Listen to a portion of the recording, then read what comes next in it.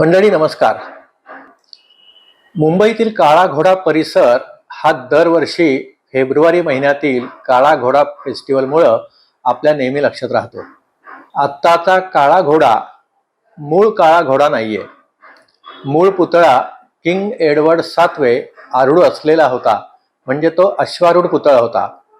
तो 1965 मध्ये जिजामाता उद्यानात हलवला आणि त्या ठिकाणी केवळ शिल्प म्हणून नुसता दुसरा काळा घोडा बसवण्यात आला.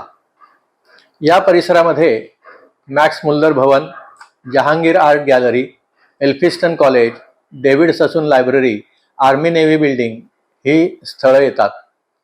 त्याला लागूनच अतिशय प्रेक्षणीय असं हे छत्रपती शिवाजी महाराज वस्तुसंग्रहालय पण आहे, पण तो स्वतंत्र अभ्यासाचा विषय असल्यानं येथे मी त्याबद्दल काही माहिती दिलेली नाहीये. या ठिकाणी हॉटेल पंजाब ग्रिल हे प्रसिद्ध हॉटेल आहे आणि याचं पूर्वीचं नाव वेस्ट साईड इन असं होतं. असं म्हटलं जातं की डॉक्टर बाबासाहेब आंबेडकर यांनी याच हॉटेलमध्ये बसून आपल्या घटनेला आकार दिला होता.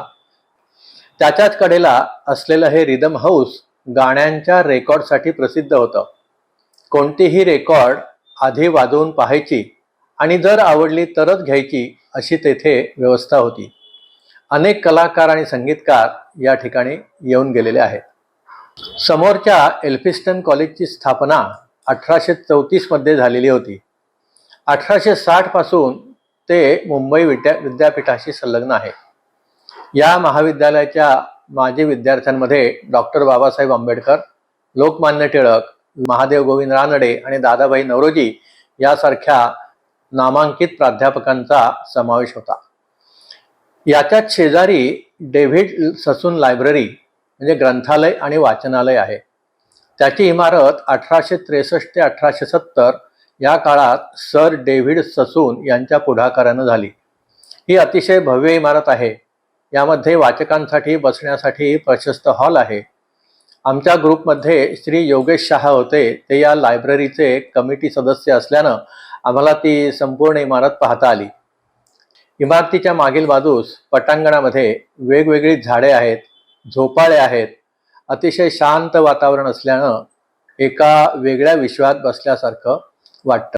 मंडळी, मुंबईचा ऐतिहासिक वारसा 6 भागातून मी आपल्यासमोर आणला. आपल्याला ही मालिका कशी वाटली ते जरूर कळवा. लाईक करा, शेअर करा.